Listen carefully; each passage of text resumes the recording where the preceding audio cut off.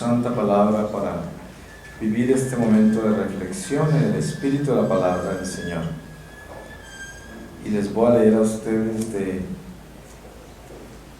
la segunda carta de San Pablo a los Corintios, en el capítulo 12, desde el versículo 19. Y dice: la razón de su apología. Desde hace rato estaréis pensando que nos estamos justificando ante vosotros.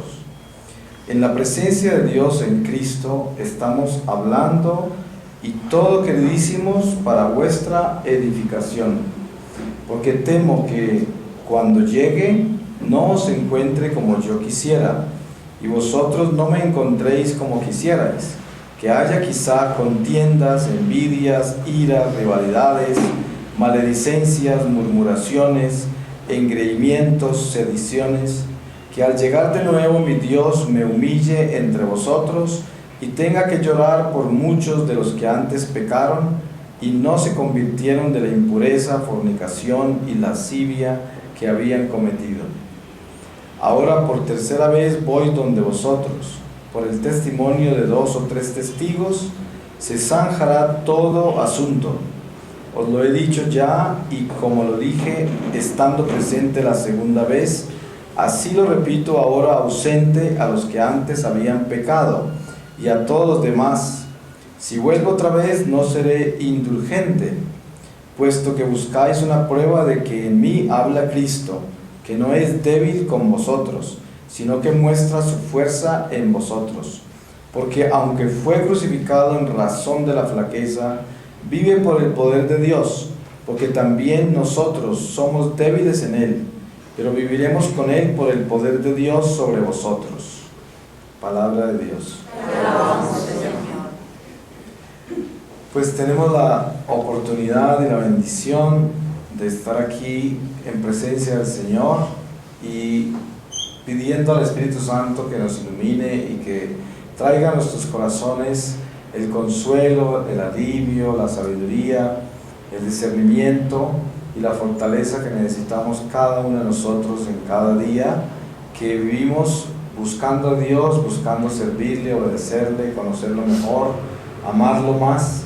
Y realmente ese es nuestro llamado en la vida en Dios, que es un llamado a profundizarnos más en Él, adentrarnos más en Él a medida que nosotros vamos entendiendo lo radical que es el llamado de Dios. Y esa radicalidad es un intercambio entre la fuerza que le hemos puesto a la vida natural, en una forma tan radical que hacemos las cosas naturales de acuerdo a nuestros deseos, intenciones, necesidades, ideales, le ponemos toda la fuerza a la vida natural.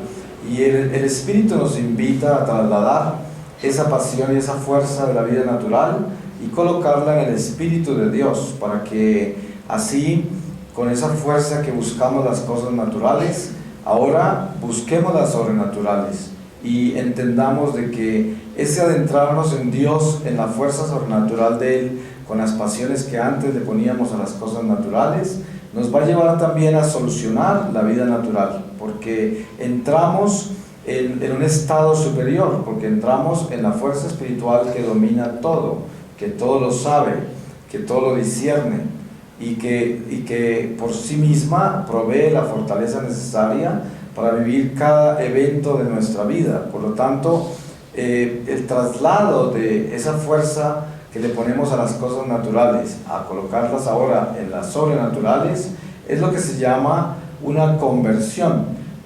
Nosotros todos los días nos levantamos a convertirnos. Una persona no se convierte sino hasta el final. La conversión verdadera, la plenitud de la conversión es en la trascendencia de la vida material a la espiritual. Ahí es donde entra la verdadera conversión, que es el final de la carrera, como lo llamaría San Pablo. Y en ese momento entra la conversión en plenitud. Pero ahora vivimos una vida de conversión, que es tratar de traer todas estas cosas naturales y vivirlas, adentrarlas dentro del don sobrenatural que hemos recibido en el Espíritu de Dios. Tenemos que admitir y al mismo tiempo aceptar y al mismo tiempo realizar y concientizarnos de que ya no somos seres naturales, somos seres sobrenaturales por el bautismo. Y es más, la Iglesia nos ha proveído a nosotros con sus tesoros, sus gracias, que son cada sacramento, y así nos hemos adentrado aún más en nuestra vida sobrenatural. Solo que nuestra vida natural a veces es muy lenta para abrazar lo que el Espíritu dicta dentro de nosotros, que es la gracia dada por Dios en la unción sobrenatural de los sacramentos.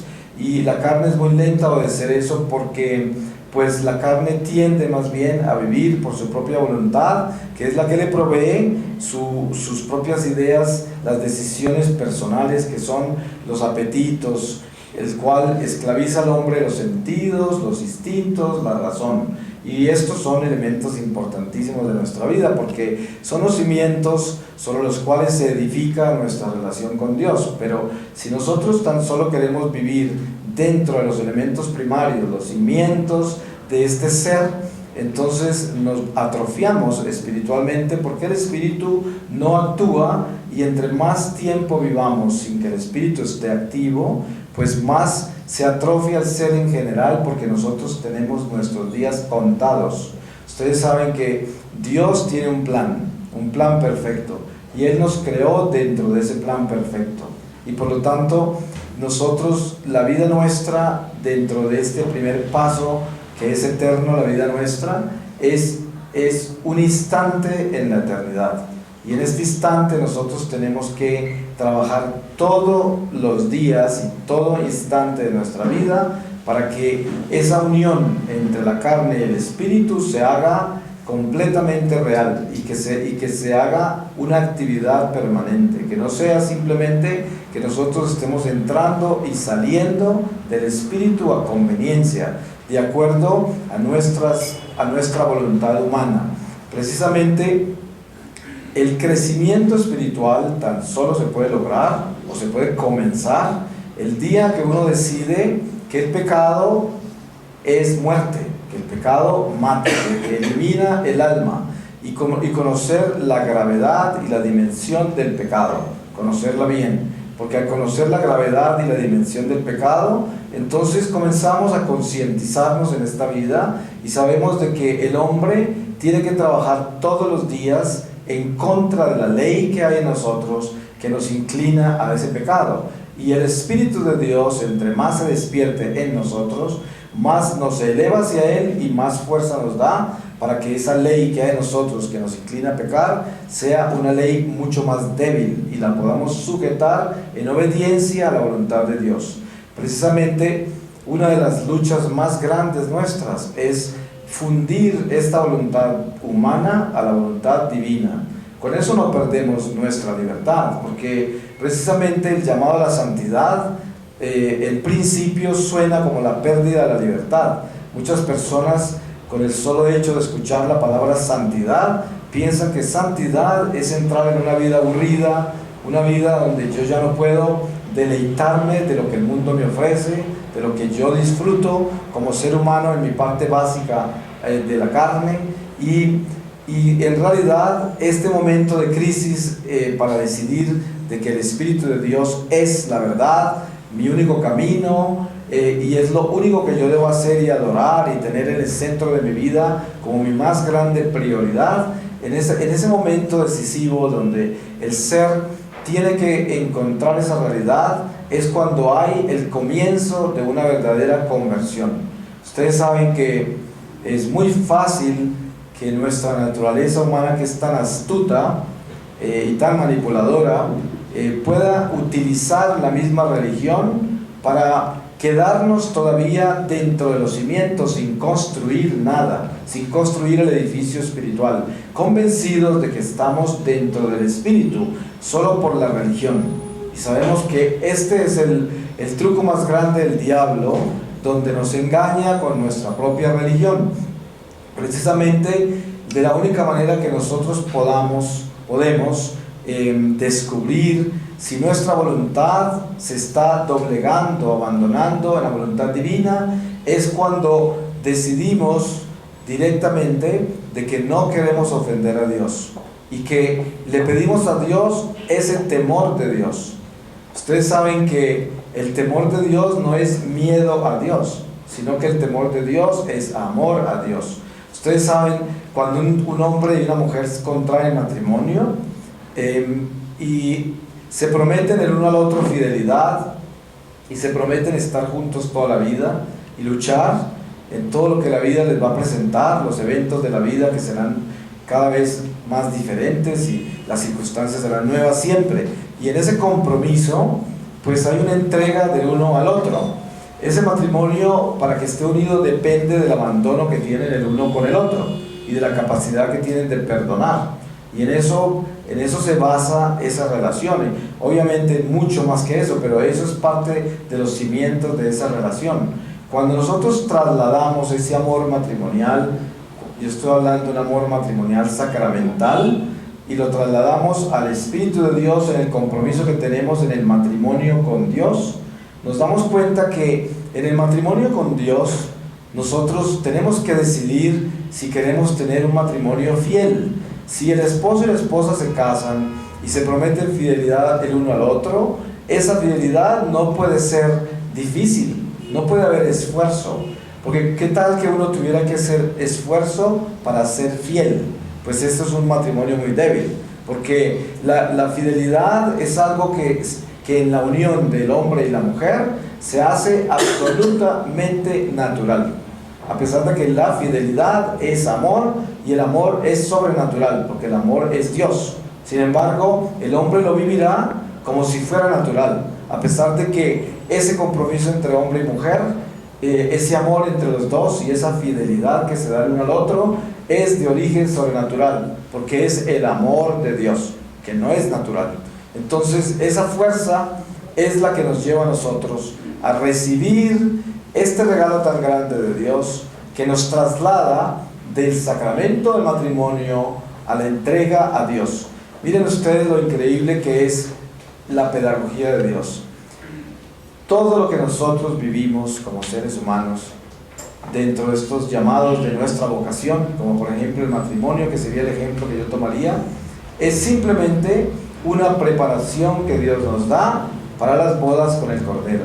O sea, un esposo y una esposa lo que están aprendiendo es amar, a perdonar, a tener perseverancia, fortaleza, discernimiento, tantas cosas que nos llevan a construir nuestro ser humano en Dios. Y esto es una preparación para que el día que el Señor nos llame al encuentro con Él, estemos preparados para amarlo incondicionalmente, y todo lo que tengamos en nuestro corazón es un amor incondicional. Y por eso el matrimonio es una oportunidad inmensa de santificación, las órdenes religiosas, la consagración del sacerdote y aquellos que se consagran como laicos, se entregan a Dios.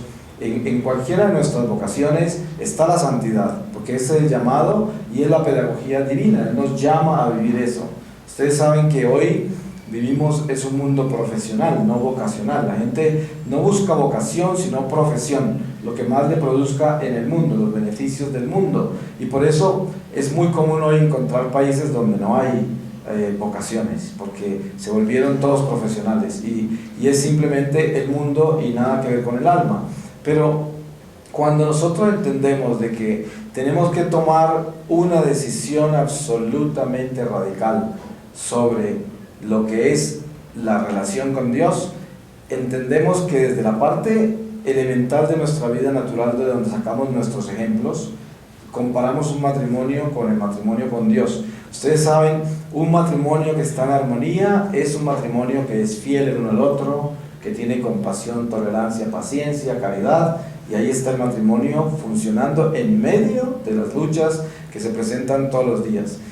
Eso es lo mismo con Dios. La relación con Dios tiene que ser una relación donde la fidelidad a Él no puede ser ningún esfuerzo, porque si yo soy fiel a Dios, estoy en gracia de Dios y por lo tanto vivo lo que el Evangelio me dice, que dice: mi yugo es liviano, mis mandamientos son fáciles. Y la mayoría de la gente cuando escucha eso dice: pero ¿cómo es posible? Si me cuesta tanto trabajo obedecerle a Dios, obedecer los 10 mandamientos, ¿quién puede hacer eso? Pero No es verdad, porque si yo realmente entiendo lo que es la fidelidad, ¿cómo va a ser difícil serle fiel a Dios? Es como si yo verdaderamente entiendo lo que es una amistad, ¿cómo va a ser posible no serle fiel a mi amigo o a mi amiga? Si es que somos amigos. Y eso sucede entre personas por el amor de Dios que habita en nosotros, que es un amor que nos da a nosotros con mucha paz, con mucho gozo, con mucho entusiasmo, la capacidad de aceptarnos tal y como somos, así imperfectos, así limitados, llenos de miseria, pero con un corazón que busca superarse. Y eso es lo más lindo que podemos compartir entre nosotros, nuestra lucha por convertirnos en personas de Dios.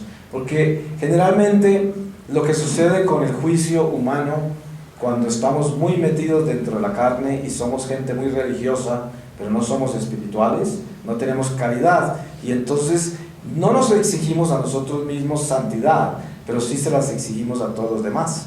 Y esto es una muestra muy clara de lo que es una relación con Dios que no está en la voluntad divina, sino que está simplemente en la religión, que son los simples cimientos sobre los cuales uno debe construir espiritualidad.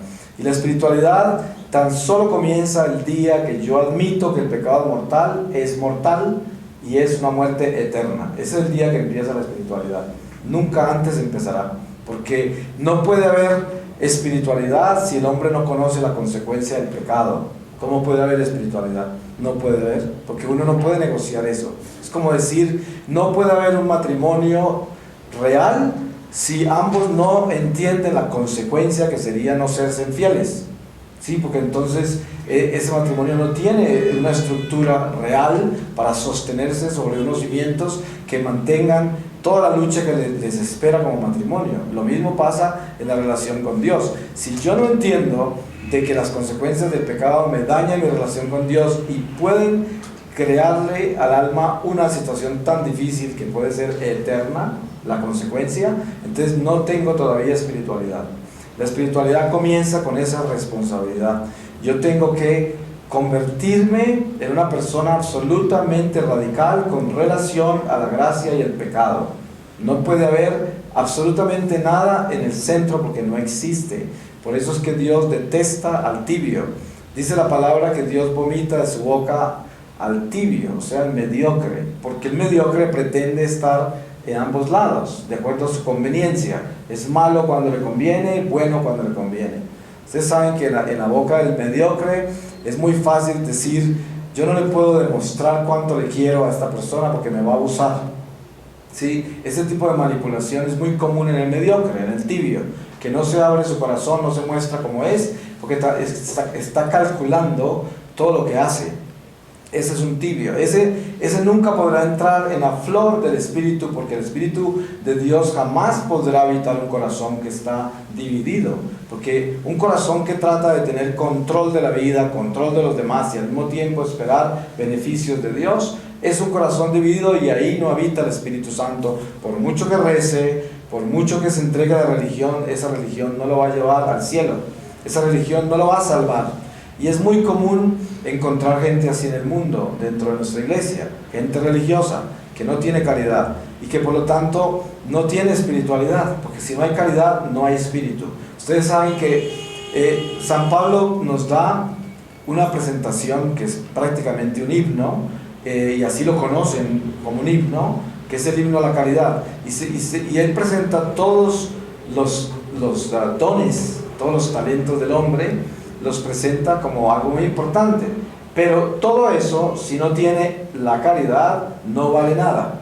Entonces ningún don nos puede llevar al cielo a no ser de que tengamos el de la caridad, porque la caridad es la fuerza sobre la cual edificamos espiritualidad.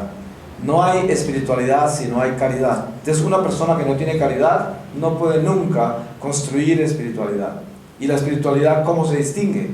Es una decisión radical a obedecerle a Dios por encima de todas las cosas. Espiritualidad es el primer mandamiento.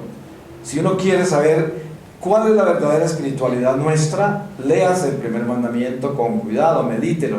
Yo a veces le sugiero a la gente, normalmente lo hago en Cuaresma, pero eso es para todo el año. La iglesia nos ha dado un catecismo así de gordo, que lo hicieron entre estos dos últimos papas. Y ese catecismo, cuando usted lee el primer mandamiento y se lo lee bien, que lo debía tener en la mesa de noche y leerlo con frecuencia, el primer mandamiento es como el mapa sobre el cual nosotros podemos trazar nuestra ruta de la santidad. Porque el que entiende el primer mandamiento, el que lo asimila y se concientiza en él, derrota la idolatría. Y ustedes saben que el enemigo número uno contra la caridad, contra construir la espiritualidad, es la idolatría. Yo nunca podré ser una persona espiritual si estoy adorando criaturas humanas, si estoy adorando el mundo y sus propuestas, si estoy adorando mis apetitos, mi vientre, si estoy adorando instintos, mis sentidos, mi razón.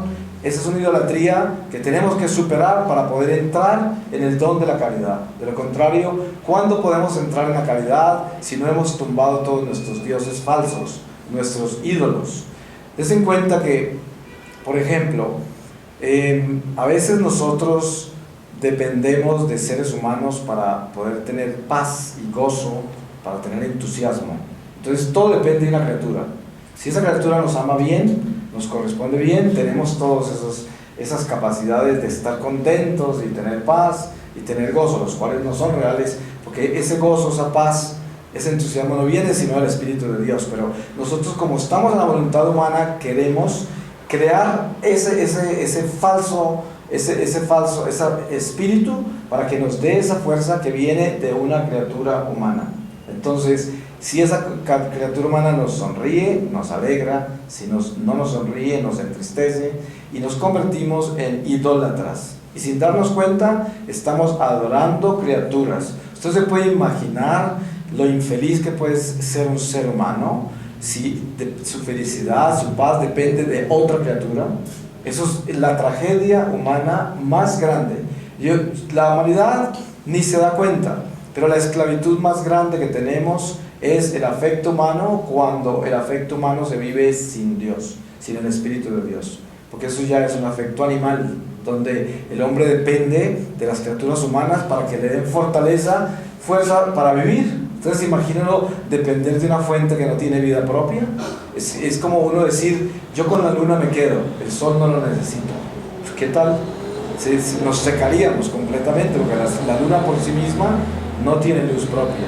Y eso es lo que sucede en relación con una criatura humana y Dios. La criatura humana es luna, Dios es el sol. Si la criatura humana no tiene la luz de Dios que la alumbra, no puede ni demostrar mi afecto a mí, porque ¿de dónde lo va a sacar? Si es una vasija de barro que por sí misma no sabe lo que es afecto. Entonces tenemos que entender que ese sol que viene de lo alto, que es Dios, que alumbra a las criaturas, es de donde nacen todos estos instintos, todos estos sentidos, de donde se ilumina la razón, porque somos seres racionales y por lo tanto tenemos esa recepción al Espíritu de Dios, que nos da la sabiduría de Dios, que nos guía y nos propone abrazarlo a Él para que trascendamos a la eternidad. Pero en este caso, lo importante es que entender que es una propuesta, y nosotros tenemos que decidir. Es lo mismo que el matrimonio, por eso pongo el caso del matrimonio paralelo, porque es perfecto. En un matrimonio normal, donde la gente es obediente y vive un noviazgo y se prepara para casarse, en ese matrimonio pues hay una oportunidad para conocerse y darse en cuenta quiénes son. Y observar muchísimas cosas. Eso la ley de Dios lo exige, porque es perfecto, porque es sabiduría, y en un momento dado deciden si se van a casar o no, pero ya tienen una conciencia muy clara el uno del otro. No es una locura animal donde simplemente se atraen como animales por la carne y toman decisiones locas en la carne, y eso siempre ha sido un fracaso. Pero cuando se empieza desde el Espíritu, que es el discernimiento de observarnos, contemplarnos y escudriñarnos en muchas áreas de nuestra vida para saber si somos compatibles en todo sentido, en medio de Dios, del Espíritu de Dios, que es el Espíritu del amor, entonces se entra en una relación voluntaria, absolutamente voluntaria. Pero en el mundo en que vivimos hoy, por este materialismo, esta propuesta que tenemos del consumismo y el relativismo, el ser humano hoy, en las relaciones que tiene, está muy dado a primero complacerse en la carne, luego observar y calcular los intereses o los beneficios que le puede proveer esa unión, y todo viene al revés, viene absolutamente lejos del espíritu. No viene, hay gente que se casa porque necesita compañía, pero no se casa porque ama. Hay otros que se casan porque necesitan tener una solución económica, otros necesitan una solución social, política, quién sabe cuántas otras cosas, intereses que no tienen nada que ver con el espíritu. Pero cuando hablamos de una relación así, que es con Dios, se están observando, son cosas muy diferentes. Se está observando una vida hasta la muerte, se está observando los hijos, dónde van a nacer, se está observando qué es lo que se le va a dar a esos hijos, y también si soy capaz de responder por ellos y por ese matrimonio. Es lo mismo la relación con Dios. La relación con Dios es Dios primero se revela a nosotros en la religión, y en la religión nos revela todas las verdades, y luego nosotros decidimos si a través de esas verdades escalamos al Espíritu, y por esas verdades nosotros, como por una escalera, nos subimos al cielo, a través de las verdades reveladas en nuestra religión, que es la religión de Dios, la única iglesia. Somos continuación del judaísmo, y eso lo tenemos que tener muy claro para empezar. Ustedes saben que hay tantas voces hablándonos hoy, y sin saberlo muy bien, sin estar muy consciente, estamos muy contaminados con todo este sincretismo en que vive el mundo, y de pronto tenemos una cantidad de visiones de la fe que están influenciadas por protestantismos, por filosofías paganas, por simplemente ideologías o psicologías modernas, y esto, sin nosotros darnos cuenta, ha desnutrido nuestra visión de Dios, y por eso no tenemos la fuerza, la pasión, la decisión radical de vivir en la luz y obedecer a Dios tal y como nos lo pide. Y por eso, al interpretar, al leer las verdades reveladas, no las tomamos de acuerdo a lo que está revelado, sino de acuerdo a lo que interpretamos de lo que está revelado, que lo hacemos convenientemente. Por eso hay tantas sectas, porque cada uno hace una interpretación a su manera y se va sin Dios y cabeza, sino que cada uno lo interpreta como quiera. Y resulta que nosotros, se nos ha dado la iglesia del Señor, la única iglesia. Esto lo tenemos que tener muy claro. Ustedes saben que hay millones de católicos que no están seguros que esta es la iglesia verdadera de Dios, y están ahí, pero no podrían testificar ante todo el mundo: yo estoy en la única iglesia de Dios, porque les da miedo, porque dirán, se me va a venir el mundo encima, porque todos los demás, ¿qué van a decir? Entonces yo estoy en la falsa, yo me voy a condenar. Pero no, nosotros no somos musulmanes, y no vamos a decir que todos los que no son de nuestra religión se van a condenar. Eso no es lo que estamos diciendo. Estamos diciendo, esta es la iglesia del Señor, la única iglesia, y nosotros somos responsables del resto de la humanidad, porque el resto de la humanidad son nuestros hermanos menores, porque no son eucarísticos, y nosotros somos responsables de ellos por medio de la Eucaristía, que los alimentamos todas las almas de toda la humanidad entera. Esa es nuestra misión como católicos. Somos instrumentos eucarísticos de reparación. Y miren a quién tenemos acá: a Dios mismo, nuestro Señor en la Eucaristía. Y es un Dios verdadero, vivo entre nosotros, que se manifiesta desde su Espíritu y que viene a llenarnos de ese amor con una sabiduría sencilla. Usted sabe que el Señor nos está hablando a cada uno de nosotros con su propio lenguaje puntual. El Espíritu Santo es absolutamente puntual. El Señor nunca llega tarde a nada, siempre está ahí, presente, no se muda. Y esto tenemos que concientizarlo para que tengamos esa esperanza viva en el corazón de que nunca estamos solos, de que Dios está en nosotros, y que lo que nosotros debemos hacer es abrazarlo a Él con esa conciencia de su presencia, para que esa presencia nos dé la fortaleza que necesitamos y no dependamos de criaturas humanas, no dependamos de nuestra propia razón, no dependamos del mundo y sus propuestas, sino de que nuestra fortaleza esté en Dios. Por eso es que se dice, tenemos que edificar la casa sobre la roca, y la roca es Cristo, y esa roca tiene que ser una realidad en mi vida, ese primer mandamiento, de que yo en todo le dé el señorío a Dios, en todo lo que hago, que en ningún momento me voy a separar a darle señorío a mis necesidades, a mis conveniencias. Hay gente que puede llegar a ofrecerle a Dios muchas cosas y renunciar a muchas cosas. Pero, por ejemplo, yo conozco personas que son muy religiosas y en retiros espirituales que yo he hecho, les he preguntado, ¿usted podría entregarle a Dios hoy de rodillas todo, incluyendo sus hijos, sus seres queridos, las cosas que más ama, pensando que si Dios se los quiere llevar hoy, que se los lleve a todos, ¿no? Porque se los voy a entregar, porque son de Él. O sea, el Isaac que entrega a Abraham, esa entrega, porque ese es el nacimiento de la fe. La fe no nace si no sacrifico a mi Isaac.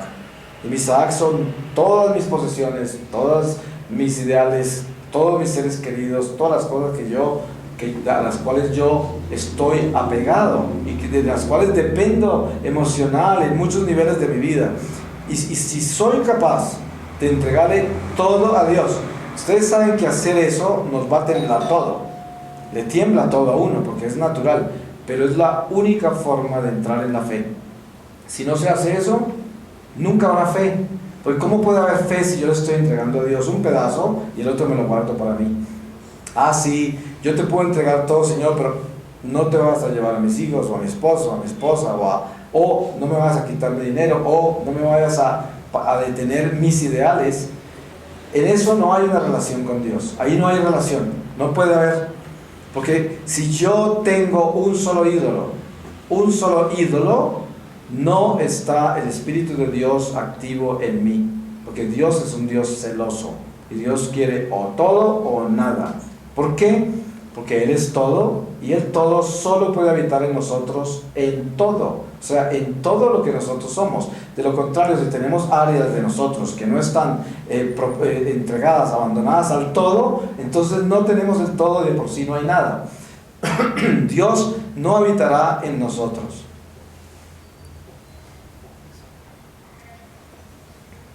Ustedes se dan cuenta que yo creo que todos nosotros hemos pasado por esto. A veces podemos entrar en una vida muy religiosa, de mucha oración, de mucha compenetración con la religión, y llevamos a cabo muchísimas actividades en ese nivel, y eso es bueno, porque eso es parte de nuestra vida en Dios. Pero pasa algo, adentro de nosotros no hay paz, no hay gozo, estamos llenos de dudas, de inseguridades, y fuera de eso tenemos un espíritu de indiferencia increíble y no sentimos que podemos amar, no amamos de verdad. Es como que nosotros tenemos amigos, tenemos o esposas o esposos o hijos o quién sabe qué, pero sinceramente por dentro de nosotros, si fuéramos a decir la verdad, diríamos, pero mi amor no es tan grande como debía. Me amo más a mí mismo, soy más importante yo, me duelen más las cosas mías.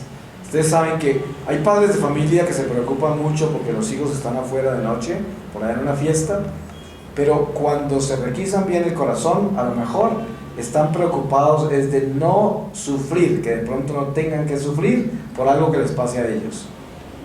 Esto es bien delicado, porque es una cosa muy subliminal. De pronto el amor propio nuestro es tan grande que las preocupaciones que tenemos aparentemente por los demás no son por ellos, sino porque yo no quiero sufrir.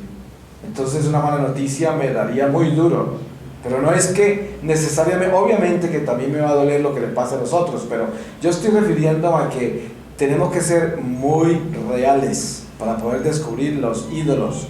¿Dónde están los ídolos? Si nosotros no tumbamos la idolatría, no podemos entrar en el Espíritu de Dios, y por eso es que la religión sola no nos hace nada, porque si no tenemos esa paz interior, ese gozo, esa seguridad de que Dios está en medio de todo esto, entonces ¿cómo vamos a poder nosotros recibir el Espíritu de Dios en plenitud y conocer la verdadera paz, el verdadero gozo? Y hay que saber algo muy importante. La verdadera paz y el verdadero gozo, a pesar de que es una promesa de Dios de que si somos fieles a Él nunca nos abandonará, eso también tiene niveles, porque vivimos una vida humana que inevitablemente nos va a llevar a través de eventos. Y como dice el Eclesiástico, hay un tiempo para llorar, un tiempo para reír, un tiempo para trabajar, un tiempo para descansar. Y entonces, a pesar de que seamos de Dios, que vivamos en gracia, no podemos olvidarnos de que vamos a vivir eventos dentro de nuestra humanidad, en los cuales no vamos a estar en el nivel más alto de la gloria, de la paz y del gozo y del entusiasmo, a pesar de que esos nunca se mudan de nosotros si somos fieles a Dios. Pero tenemos que vivir estos eventos que moldean nuestra alma. Dios moldea las almas por intermedio de acontecimientos. Y los acontecimientos son a veces para nosotros insignificantes, pero miren, a veces cosas absolutamente pequeñas son las que marcan nuestra vida en una forma gigantesca, cosas muy pequeñas.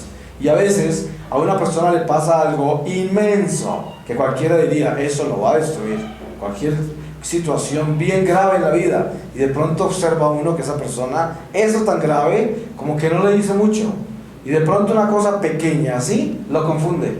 Entonces uno dice, ¿cómo es posible? Sí es posible, porque es que es un misterio la mano de Dios. Esa mano que moldea el alma, el alfarero, es muy misterioso. Dios solamente sabe cómo está moldeando un alma. Por eso, si usted ve una persona tirada en la calle, borracha, que usted piensa que ya se destruyó, tiene que acordarse de algo muy importante. Dios no ha terminado con ese todavía, por eso está vivo. Entonces ese de pronto va a estar en la puerta del cielo el día que usted muera, mirándolo, porque uno no sabe lo que Dios está haciendo con un alma, y Dios permite que nosotros pasemos por unas cosas que son absolutamente absurdas para nuestra inteligencia, para nuestra razón. No lo entenderíamos, pero es perfecta pedagogía, y Él permite cosas absurdas. Por eso uno nunca se debe escandalizar ni alarmar por los acontecimientos de nuestra vida, ni del prójimo, para nada, porque Dios está trabajando y Dios está haciendo cosas extraordinarias con cada alma, por absurdo que nos parezca.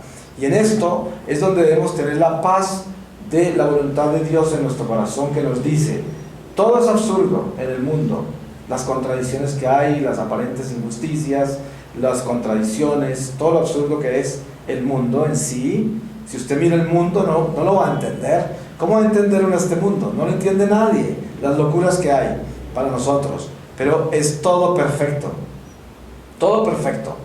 Por eso es que todos estos mensajes de terror de los últimos tiempos y este milenarismo desordenado que vive la iglesia hoy y que vive en general el cristianismo, es una enfermedad espiritual, es simplemente superstición. Son profetas falsos, es gente hablando de cosas que no tienen coherencia, porque ¿quién ha dicho y dónde está escrito dentro del Evangelio, que es nuestra guía, de que nosotros debemos preocuparnos por los eventos del futuro o por la forma en que esto se va a desintegrar, en la forma que va a suceder el fin de nuestra vida particular y del mundo entero? ¿Quién ha dicho que esa debe ser nuestra preocupación? Para nada. No importa qué va a suceder, si se va a inundar todo, si se va a explotar todo, si quién sabe qué, es irrelevante, porque lo único importante es nuestra navegación con Dios. Siempre y cuando yo me levante todos los días a enfrentarme a mis abismos y a abrazar la eternidad en Dios, ese es mi trabajo. Un buen capitán que va en su nave no tiene que preocuparse por nada más que ese timón y que esa carta de navegación. Eso es lo único, porque si no, no es un buen capitán. Tiene que ir ahí al timón y no tiene que preocuparse de nada, de cómo va a ser el clima mañana, si van a haber tormentas, nada, porque hoy está en el timón y ese timón no lo puede soltar. Y ahí es donde estamos. Desen cuenta que una de las más grandes enfermedades del hombre hoy es no estar presente. Inclusive ahora una de las más grandes enfermedades más comunes que hay es la deficiencia de atención, ¿no? Eso es muy común hoy. Obviamente me imagino que toda la vida ha existido en el ser humano, pero hoy es como una plaga, ¿no? Entonces, ¿qué sucede? Este mundo nos tiene proyectados, pero ¿para dónde? No para el futuro. Nos tiene no para el presente, nos tiene proyectados al futuro. Todo lo que hay en este mundo siempre se proyecta para mañana, no para hoy. Entonces el hombre no vive hoy, y por eso, ¿cómo va a poder escuchar la voz de Dios? ¿Cómo va a poder vivir con relación a Dios cuando la voz de Dios está presente en este momento, diciéndole lo que tenemos que hacer ahorita?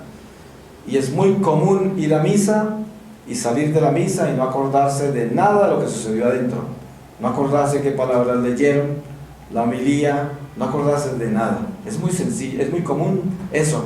Es muy común escuchar una conversación de alguien que viene a contarle a uno algo importante en la vida, pidiendo consejo, y de pronto uno escuchó tan solo la mitad.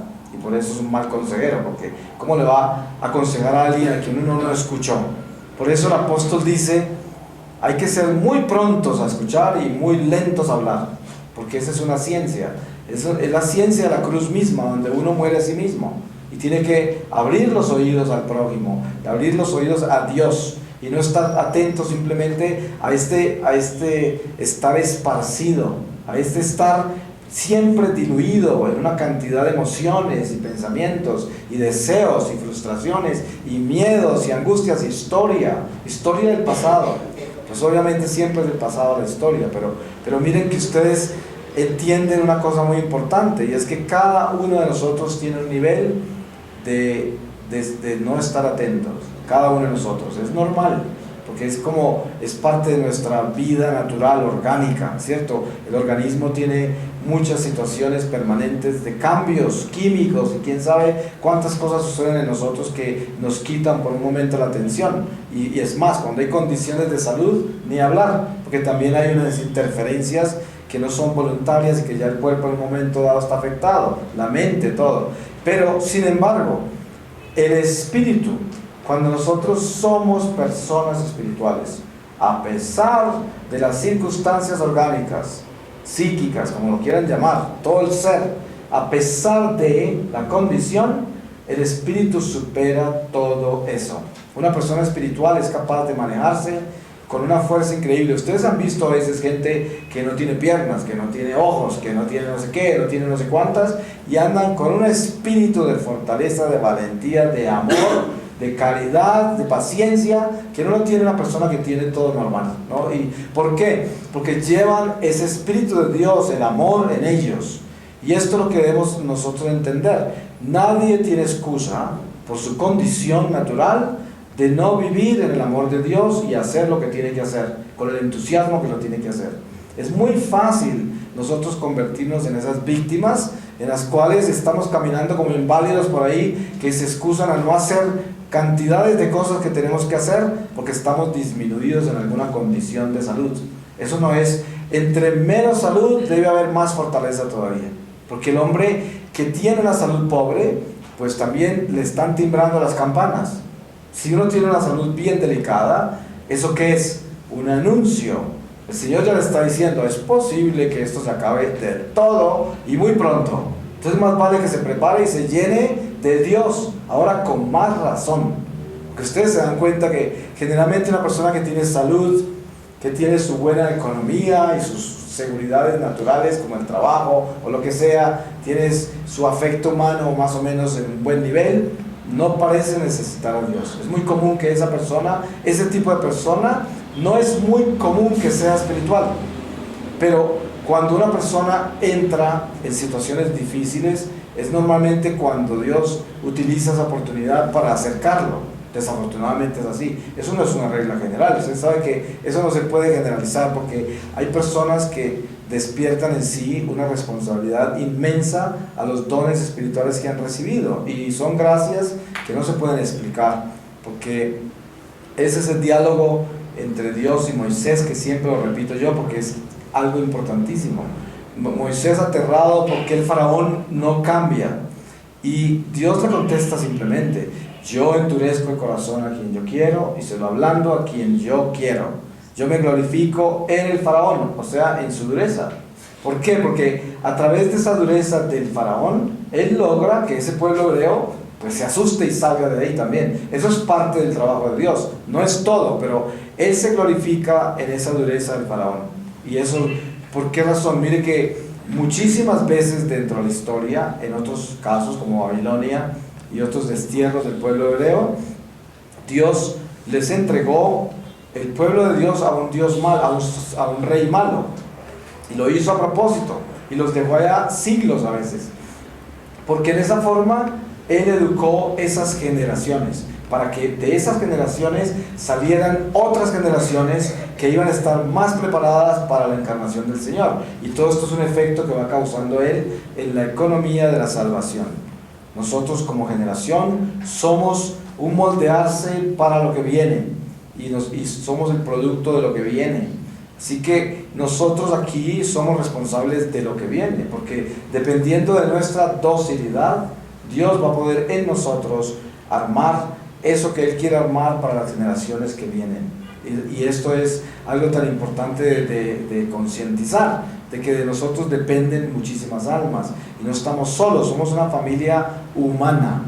Por eso, las almas del purgatorio, en su mayoría, están todas resolviendo todo el territorio de desamor que vivieron durante la vida terrenal. O sea, esa es una vida sin resolver, y por eso la tienen que resolver con la conciencia, y es tan doloroso eso, porque si nosotros viéramos el purgatorio ahora por un instante, nos daríamos cuenta los millones de almas que hay y que están sujetas a la vida terrenal todavía, porque tienen que resolverla completamente antes de poder compenetrarse con la plenitud de la gloria.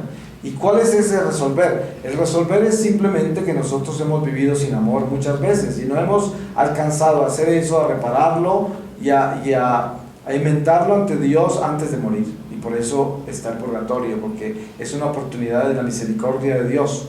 Y hoy el Señor nos está llamando a que entendamos de que es hoy mismo cuando nosotros debemos concientizarnos de nuestra responsabilidad de tener el alma preparada. ¿Preparada qué es? Reconocer mi pecado, concientizarme en él, tener un acto de contrición verdadera, sabiendo que ese pecado me puede matar mi alma, reconocer que soy débil, que tengo tendencias al pecado, de que puedo caer, y de que si caigo no se acabó el mundo si yo me arrepiento y corro a buscar la reconciliación, y de que yo tengo que tener una humildad muy grande para darme cuenta de que el sacramento de la confesión Dios no lo dejó, porque sabe y conoce nuestra naturaleza, y si no nos hubiera dejado eso, pues hubiésemos estado muy desamparados y no podríamos ser instrumentos eucarísticos, porque ¿cómo podríamos comulgar si no tuviésemos la reconciliación? Y esa Eucaristía no sería lo que es para el prójimo si nosotros no preparáramos esta vasija para poder comulgar. Pero miren que yo pienso que para terminar esta reflexión, lo más importante que viene en mi corazón es que nosotros no tenemos tiempo, no hay tiempo, y tenemos que cambiar hoy. Por eso esa palabra que dice, si hoy oyereis mi voz, no endurezcáis el corazón como en Meribá, cuando me tentaron, un pueblo maleado de incredulidad. Y esto se repite, porque esto es la voz de Dios diciéndonos, hoy es el día, no mañana, es hoy. Y es hoy el día en que yo tengo que tomar decisiones radicales, porque eso es lo único que tengo el día de hoy. Y la decisión radical es, tengo que ser 100% de Dios. No puedo que mi felicidad, mi vida, mis esperanzas no dependan de criaturas humanas, y tampoco de mis proyectos, tampoco de mis ideales, tampoco que el miedo sea el que controle mi vida, mi depresión, mi angustia, mi inseguridad, mis dudas. Eso no puede reinar en mi corazón, porque eso es adoración a falsos dioses. Ustedes saben que el miedo es un dios falso, completamente. Hay gente que adora el miedo, le hace culto al miedo, le hace culto a la duda. Entonces le ponen hasta flores y comida a la duda, porque de eso viven. Y es que porque la idolatría se multiplica, es como una plaga, y donde usted tenga una gran idolatría en algún lugar, esa produce hijos, y entonces se adora todo lo demás, y tiene toda la casa llena de ídolos. Por eso uno tiene que detectar cuál es el ídolo más grande que tiene, para que lo tumbe, que tumbando ese se caen todas las otras ramas, y empieza a entrar en Dios. Pero hay que buscar cuál es el ídolo más grande que tenemos. Si usted se muriera hoy, piense, ¿qué sería lo que más le dolería dejar atrás? ¿Qué sería? Y si ese dejar atrás es un dejar atrás en el cual usted piensa, si yo no estoy, ¿qué van a hacer sin mí? Si yo no estoy, ¿sí? Y esto, todas estas cosas las tengo que tener muy claras, porque de ahí viene el centro más grande de nuestra idolatría. Un alma que se desprenda de la tierra sin haber entregado todo a Dios es un alma que no puede salir de la tierra hasta que lo entregue. Y ustedes saben lo difícil que es entregar en el espíritu algo que se poseyó en la materia cuando ya no tenemos materia. Eso es bien complicado. Eso es como tratar uno de sentir la piel y tiene uno un guante de asbesto puesto acá. Y sentir la piel, ¿cómo la va a sentir? No la puedes sentir. Está separado del elemento más importante que fue todo lo que se daña en la carne se tiene que reparar en la carne. Es de la única manera. Y eso lo tenemos que tener claro. El libro de nuestra vida lo podemos volver a escribir. Qué don tan maravilloso que es ese. Tenemos una cantidad de páginas negras, mal escritas, y todo eso se puede borrar. Los sacramentos nos dan esa oportunidad de nosotros reconciliarnos con Dios y borrar las páginas negras y que queden otra vez en la luz de Dios cada página. Eso se puede hacer. Por eso tenemos que pedirle a Dios esa gracia. Cuando yo escucho gente diciendo: ay, cómo está este mundo de loco, ¿cuándo será que viene el Señor y termina con todo esto? Y yo digo, ese no es un acto de caridad. ¿Cómo puede ser un acto de caridad o de amor o de espiritualidad cuando lo que yo tengo que pedirle a Dios es tiempo para que se salve la gente? ¿Qué tal si viene el Señor hoy? ¿Cuánta gente cree usted que se va a condenar? Se condena la mayoría de la humanidad. Entonces no vamos a pedir que venga hoy, sino que nos dé tiempo para que la gente se convierta y que nos ayude a que cada uno de nosotros sea un apóstol para la conversión de los demás. Todos los días que usted gasta caminando por ahí como una víctima, mire, la gran mayoría de las consultas que se hacen al sacerdote, inclusive a personas como yo que vivo en este ministerio, siempre es la víctima. Siempre viene a llorar sobre algo que le hicieron. Siempre es otro el culpable de todo. Siempre es la vida, el culpable del otro, todos los daños que le han hecho. Y estas cosas son absurdas, porque ¿cuándo vamos a empezar a vivir nuestra propia vida? La vida nuestra la tenemos que vivir nosotros mismos. Miren, hay testimonios increíbles, como uno que yo escuché de una mujer que en la Segunda Guerra Mundial se estaba escapando de Alemania hacia Holanda, creo que era, y en la frontera la arrestaron los nazis y la violaron como 200 soldados en no sé cuánto tiempo, en un mes o 2 meses. Y esta mujer es una anciana hoy que sobrevivió todo el holocausto y todo. Ustedes no se pueden imaginar lo valiente que es esta señora, el testimonio tan poderoso. Y esta señora jamás está hablando de las heridas que le causó la guerra, las heridas que le... No, está hablando de la fortaleza que se necesita tener en Dios para que nada nos asuste, nada nos amargue, nada nos detenga y nosotros podamos vivir esa fortaleza y dejar de ser víctimas, porque eso es lo que nos daña a nosotros. ¿Ustedes saben cómo se llama eso? Idolatría, es lo mismo. ¿A quién están adorando ahí? Adorando sus heridas, adorando el pobre yo. Pobre yo. Esos nunca serán felices, siempre harán infeliz a todo el mundo y cansarán a todos los demás, porque siempre sabe uno qué es lo que vienen a decir. Ya uno no quiere ni aconsejarlos, porque ya sabe lo que vienen a decir, a llorar por lo que los demás le están haciendo, por lo que la vida no les da.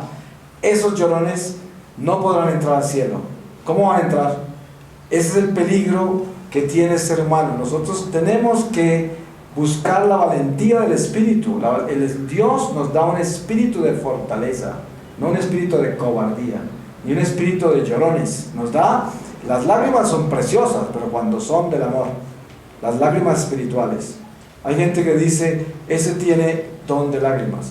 Mucho cuidado, que de pronto es un llorón, ¿sí? Mire, la forma más típica de manipulación son las lágrimas. Es increíble lo fácil que la gente manipula con las lágrimas. Hay madres que manejan toda la familia con las lágrimas.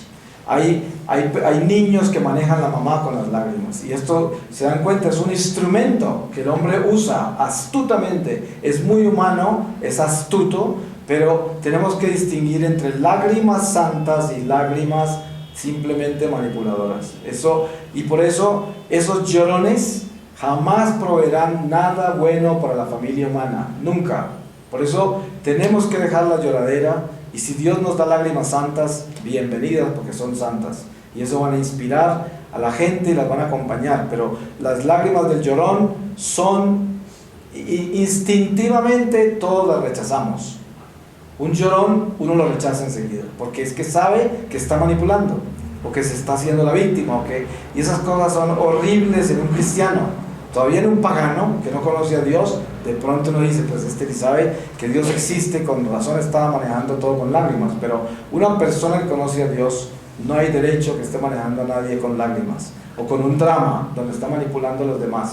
Entonces, la clave para poder construir espiritualidad sobre esta religión, que es la religión de Dios, la iglesia verdadera, está en esa valentía que debemos tener para levantarnos sobre nuestras cenizas, de nuestras quejas, nuestros miedos, inseguridades, y todo eso vivirlo, porque no podemos dejar de vivir nuestras inseguridades, las dudas, los dolores, eso todo lo viviremos, claro, pero ustedes ven el niño que corre y se cae y llora con todos sus pulmones.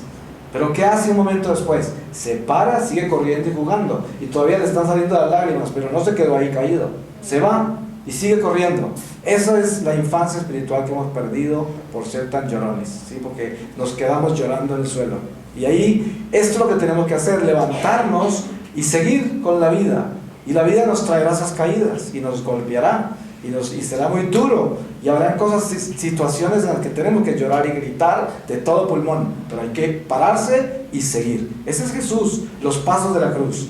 3 caídas, pero fíjense qué quiere decir esas 3 caídas. Ese es el ejemplo del Señor de que sí, duele, a veces pesa demasiado, a veces parece que no lo puedo cargar, pero yo tengo que seguir caminando porque soy peregrino. Y si soy peregrino, tengo un destino. Y el destino mío no es en la tierra, es en la casa del Padre, y es una promesa de Dios. Voy a pedirle al Señor su palabra, y con esto sellamos esta reflexión. Y les voy a leer de la carta de San Pablo a Tito, y es en el capítulo 1, desde el versículo 5. Selección y cualidades de los presbíteros. El motivo de haberte dejado en Creta es que pongas en orden las cosas que aún lo requieren y constituyas presbíteros en cada ciudad, conforme a las instrucciones que te di. Que sea alguien irreprochable, casado con una sola vez, que tenga hijos creyentes, no acusados de vida desenfrenada ni rebeldes. Porque es preciso que el obispo, como administrador de Dios, sea irreprochable, no arrogante ni colérico, ni bebedor, ni pendenciero, ni propenso a ganancias turbias, sino hospitalario, amante del bien, sobrio, justo, piadoso, dueño de sí mismo, que mantenga con firmeza la palabra fiel, que se ajusta a la enseñanza recibida, para que sea capaz de exhortar con la sana doctrina y corregir a los adversarios. Palabra de Dios. Pues a propósito de esto, para terminar, les digo que los protestantes a veces usan este pasaje para decir que la Iglesia Católica no es la Iglesia de Dios, especialmente evangélicos, pentecostales, adventistas de América. Los europeos no saben mucho más que eso. Pero ¿cuál es el argumento? ¿Cómo es posible que los sacerdotes nuestros no se puedan casar? ¿Cierto? Sabiendo que desde el principio se casaban. Pero lo que no saben ellos es de que la iglesia tiene el rito oriental, que son varios ritos, maronita, cóptico, tienen varios ritos en los cuales se han casado toda la vida y los sacerdotes tienen esposa e hijos.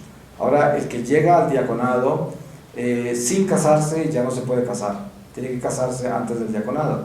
Y en la iglesia católica una persona puede llegar hasta el diaconado y casarse, ser diácono, pero el alegato de los protestantes es que aquí hay una prueba de que esta iglesia no es verdadera, por lo que los sacerdotes no se pueden casar. Pero ahí se dan cuenta que es mentira, porque la iglesia romana latina, que es la nuestra de Occidente, toma una opción de espiritualidad clerical, donde se le pide al sacerdote el celibato por opción espiritual. Y tiene 8 años, algunos más, en un seminario para pensar si quiere casarse con Dios como célibe. Ustedes se imaginan todos los años que tiene de tiempo. Por eso no hay excusa que después de que se ordenen, ahora les dé por ser hombres con mujer, casarse. Eso es una farsa. Además de que todo esto que existe dentro de los alegatos del cisma que hay hoy, como en Austria y en otros lugares que hay cismas en la iglesia, de sacerdotes rebeldes, siempre es el absurdo, porque es como una persona que tiene un noviazgo de 5 o 6 años, tuvo tiempo para conocer a su pareja, sabía en lo que se iba a meter, y después separarse y considerar que el matrimonio no funciona y un hombre debe tener o amante para equilibrar su matrimonio o separarse, ¿no? Eso más o menos lo estoy diciendo, es como para ridiculizar al mismo tiempo la absurda idea de lo que es nuestro rito del latino romano, que es una opción, o sea, es una espiritualidad. Y así como hay espiritualidades en la iglesia, por ejemplo en el Medio Oriente, en Líbano, en Siria, en Jordania, lugares por donde yo misiono a veces, en eso hay una espiritualidad que es la espiritualidad del silencio de Jesús, que es los 18 años en que Jesús no aparece por ningún lado, y sobre eso hay espiritualidades. Y así la iglesia tiene muchos carismas, y uno de los carismas es el celibato. Por eso es una opción. Si un sacerdote quiere casarse, pues que se vuelva maronita y vaya y se prepare en una iglesia oriental, y ahí puede tener mujer e hijos. Cuando yo le pregunto a los sacerdotes orientales que están casados ¿qué les parece la opción del celibato?, siempre me dicen lo mismo. Me dicen, es la opción perfecta, porque yo por experiencia propia digo, la atención que le doy a mi familia es más del 70%, y lo que sobra se lo doy a mi parroquia, porque mi familia me llena las manos de ocupaciones diarias, y es más los conflictos que tengo que resolver con mi familia que con la parroquia. Entonces las parroquias de Oriente tan solo reciben un 30-40% máximo de atención del presbítero. Entonces des en cuenta por qué la iglesia de Occidente toma la opción del celibato, porque quieren sacerdotes que le dediquen el 100% a los fieles. Por eso, porque en Occidente pues obviamente era mucho más difícil la evangelización todavía, y así es como empieza toda esta espiritualidad. Amén. Amén.